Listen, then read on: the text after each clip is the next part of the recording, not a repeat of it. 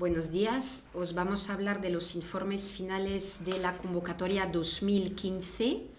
A continuación vamos a ver un ejemplo que hemos elegido, que se trata de un modelo de consorcio. Veréis que es un informe que contiene muchísimas páginas. Normalmente vais a revisar informes más pequeños que este informe. Recordaros una cosa importante: los informes finales que vais a revisar habrán sido revisados por nosotros en lo que concierne la parte formal. Serán informes finales elegibles, lo cual no quiere decir que no se detecte alguna actividad o alguna movilidad que no sea elegible. El informe empieza por un índice con una descripción de las distintas partes del mismo y recordando algunos datos del proyecto, como sus fechas y su duración. El primer párrafo se trata del resumen del proyecto. Como veréis, en algunos casos os encontraréis con algunos enunciados en inglés. Eso es porque la comisión nos actualiza los textos y no nos da tiempo a traducirlos en el mismo momento. El resumen del proyecto es un párrafo en el cual suele haber problemas y os contamos por qué. El beneficiario, cuando cumplimenta su informe final, se encuentra con el mismo resumen de oficio, de hecho, el mismo resumen que el que cumplimentó en su día en su propuesta de solicitud. ¿Cuál es la tarea del beneficiario? Es coger este resumen inicial, modificarlo y adaptarlo para reflejar lo que ha ocurrido realmente. Bueno, en este caso, de hecho, como en muchísimos, el beneficiario se olvida de actualizar el informe, el resumen, y lo podréis detectar muy fácilmente, puesto que aparecerán verbos en el futuro. Con lo cual, en este caso, como en muchos casos, se trata de una mala práctica porque el beneficiario no ha actualizado el resumen del proyecto. Después aparecen las organizaciones participantes, los socios de envío, los socios de acogida. Que sepáis que para vosotros es a título indicativo. Nosotros hemos revisado la elegibilidad de las instituciones en fase de revisión de elegibilidad del informe final, con lo cual no os entretengáis en esto y pasar directamente a la descripción del proyecto. Ya entramos en materia para que valoremos si el beneficiario ha cumplido con los objetivos iniciales que se había diseñado. Aquí nos va a explicar cómo ha tenido lugar y cómo ha podido llevar a cabo su proyecto, si ha habido algunos cambios, si ha tenido algunos problemas. A continuación nos va a explicar en un párrafo muy importante cuál ha sido su relación con las organizaciones participantes y cuáles han sido los papeles que han tenido cada uno, el socio de acogida, los socios intermediarios. Recordaros que los socios intermediarios pueden estar en origen o en destino y que su papel se tiene que limitar a la ayuda a la selección y a la preparación de los participantes y a la búsqueda de socios. Los intermediarios no pueden tener ninguna responsabilidad en cuanto a la gestión del proyecto en sí, sino que tienen tareas de apoyo puntual a las organizaciones coordinadoras y beneficiarias. Aquí nos explica bien el beneficiario, el papel del coordinador, de los socios de envío, aquí detallados, de los socios de acogida. Eso es lo que queremos ver y eso es lo que tenéis que valorar. El grado de consecución de los objetivos iniciales se tiene que evaluar. Entonces nos va a explicar aquí el beneficiario cómo los ha evaluado, recordando que la evaluación tiene que ser un proceso continuo a lo largo del desarrollo del proyecto y conjunto con los socios del mismo. Y en este caso no se trata de un consorcio. El consorcio nos explica de manera muy detallada los criterios de evaluación que va a utilizar para medir el grado de consecución de los objetivos. Recordar aquí el principio de proporcionalidad. Obviamente un consorcio, una institución potente, tendrá la posibilidad de hacer un análisis y de elaborar unos criterios y analizarlos de manera muy seria, más, digamos, que unas instituciones pequeñas que tienen algunos ciclos de FP. Entonces aquí tenéis que tener en mente el principio de proporcionalidad para valorar los criterios y el proceso de evaluación. Este apartado nos mete directamente en lo que es la implementación y los aspectos prácticos, logísticos del proyecto. El beneficiario nos va a hablar de cómo ha tenido lugar el viaje, del alojamiento de los participantes, ¿vale? Eso es importante, a veces no nos cuentan cómo han sido alojados los participantes, nos va a hablar del seguro, nos tiene que contar evidentemente que el seguro se ha contratado correctamente, al igual que la tarjeta sanitaria europea. En caso de tener participantes extracomunitarios, tiene que haber gestionado los visados.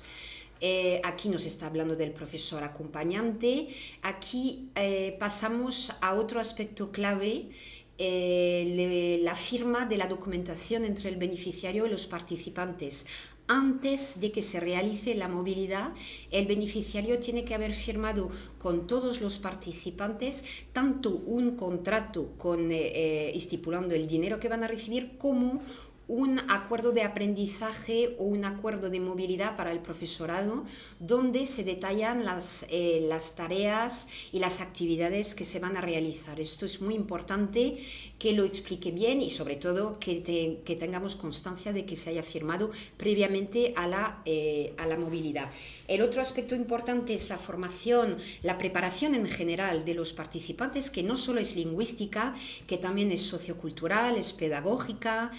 Se recomienda que también aborde temas de prevención de riesgos laborales, pero obviamente la parte central de esta preparación va a ser la parte lingüística, que queremos ver cómo han procedido. Recordar que para las movilidades de duración larga de los alumnos hay un apoyo específico para la preparación lingüística en forma de cursos en línea en la plataforma OLS o en forma de una partida de 150 euros por participante.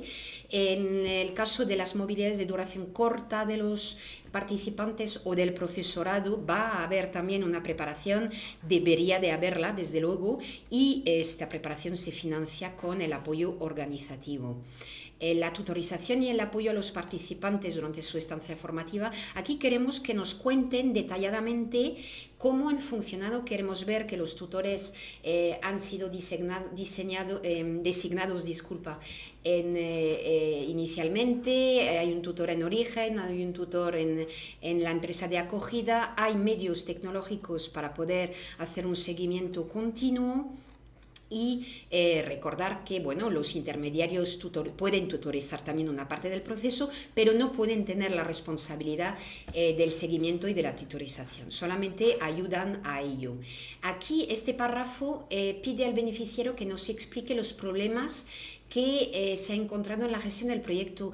Sobre todo vais a ver aquí problemas derivados de casos de fuerza mayor que hayan ocurrido y hayan obligado a los participantes a interrumpir su movilidad. Aquí os lo tienen que contar y lo tenéis que valorar o incluso aportar comentarios o recomendaciones para ayudarles en proyectos futuros. La descripción de las actividades es un párrafo muy importante, entendiéndose como actividad todo lo que ha ocurrido, no solo las movilidades, sino las reuniones previas, las visitas previas, etcétera, etcétera. Y aquí hay una indicación, una mención a que nos indiquen cuáles son los cambios que se han producido entre las actividades previstas y las actividades realizadas finalmente. Aquí os recordamos que en FP la normativa establece una cierta flexibilidad para que los beneficiarios introduzcan cambios sobre lo previsto inicialmente. Esta flexibilidad además consta en su convenio de subvención, por lo tanto los beneficiarios pueden haber cambiado de socio, pueden haber introducido un nuevo país, pueden haber cambiado de perfil de participante o incluso de duración de las movilidades, siempre nos lo consultan. Si los cambios se ajustan a lo que establece la normativa, nosotros se lo autorizamos siempre. Por lo tanto, no os sorprendáis de que aquí os expliquen algunos cambios que han tenido lugar. La descripción de los flujos de movilidad, todo esto lo vamos a revisar en el CPE cuando revisemos el presupuesto. Vamos a pasar a otro párrafo muy importante, que es la descripción y el perfil de los participantes y cuál ha sido su selección.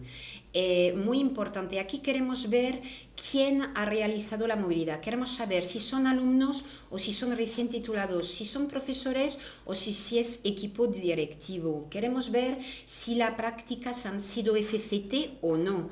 Queremos ver si han hecho una parte teórica en centros homólogos en destino o no. Queremos saber si tienen algún tipo de discapacidad, si proceden de algún tipo de colectivo en riesgo de exclusión social, o cualquier cosa que nos diga claramente quién ha realizado la movilidad. Ya veréis que en algunos proyectos, en algunos informes, esta información no queda clara.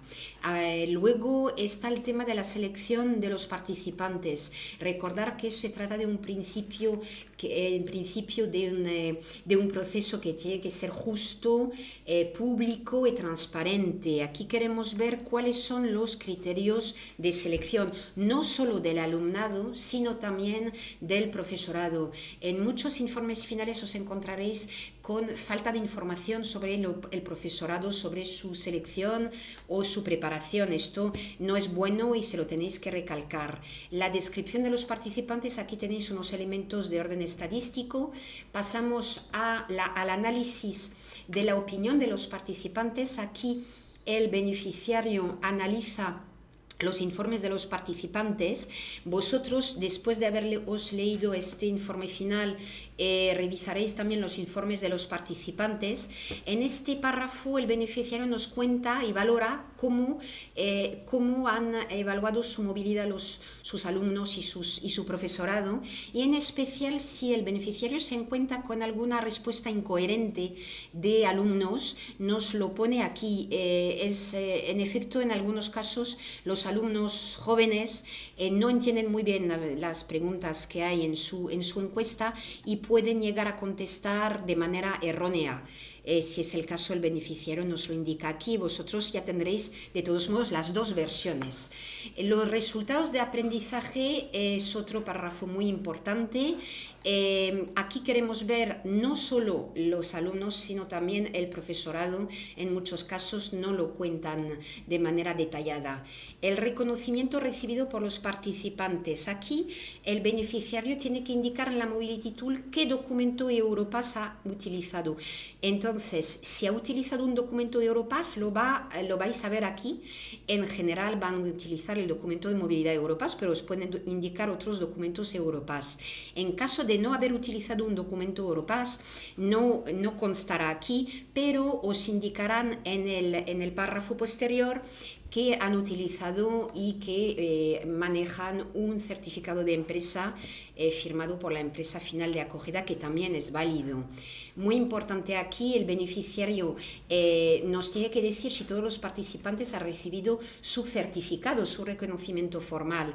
En caso de que el Europass esté todavía en tramitación, pues los alumnos no habrán recibido su documento, y aquí el beneficiario nos dirá que no, se le abrirá una ventana y nos explicará por qué, y no pasa nada si el documento está en trámite. Lo que queremos saber y tener seguridad es que los participantes van a recibir su reconocimiento. El método para evaluar el proyecto, vamos a pasar aquí a la parte de impacto y difusión, que es una parte muy, muy importante de la valoración del proyecto. El impacto no solo es sobre los estudiantes y sobre el profesorado, sino también sobre los centros. En efecto, lo que quiere la Comisión Europea es que estas movilidades de alumnos y de profesores reviertan en los centros y en la enseñanza de la FP. También quiere ver y quiere conocer el impacto a niveles más amplios, a nivel local, regional, nacional o europeo. En este caso, recordar el principio de proporcionalidad. Un proyecto pequeño de un IES con un ciclo de FP pues va a tener un impacto a nivel local y menos impacto a otros niveles. Aquí estamos en un proyecto de consorcio regional, por lo tanto tiene impacto a nivel local, regional e incluso internacional, a través de la relación con sus socios internacionales. La difusión de los resultados del proyecto. Otro aspecto muy importante para la Comisión Europea. Para que un proyecto tenga éxito para la Comisión Europea, no solo se trata de que las movilidades hayan ido bien y que haya habido un impacto, sino que este impacto y estos resultados se hayan difundidos más allá del propio centro de origen. Entonces tenéis que ver si nos cuentan que han creado páginas web, blog, que se han trabajado en redes sociales, qué tipo de actividades han organizado después de la movilidad de los participantes, qué jornadas, qué difusión qué plan de difusión han seguido, sabiendo y recordando que la difusión se realiza desde el principio hasta el final del proyecto. Tiene que haber difusión de la propia convocatoria de becas, difusión de las actividades intermediarias y difusión de los resultados. Aquí vosotros vais a poder valorar todo lo que os indican y hacerles recomendaciones, porque la difusión es uno de los aspectos claves. Si no hay difusión, el proyecto no ha tenido éxito.